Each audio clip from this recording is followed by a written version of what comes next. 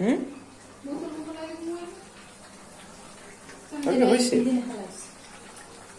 হয়েছে কি রান্না করতেছ মুরগি? হ্যাঁ মাংস সেদ্ধ হয়ে গেছে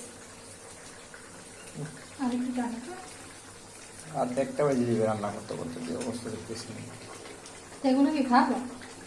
তাহলে কি যে এগুলো সকালের জন্য সকালের জন্য সকালে আমি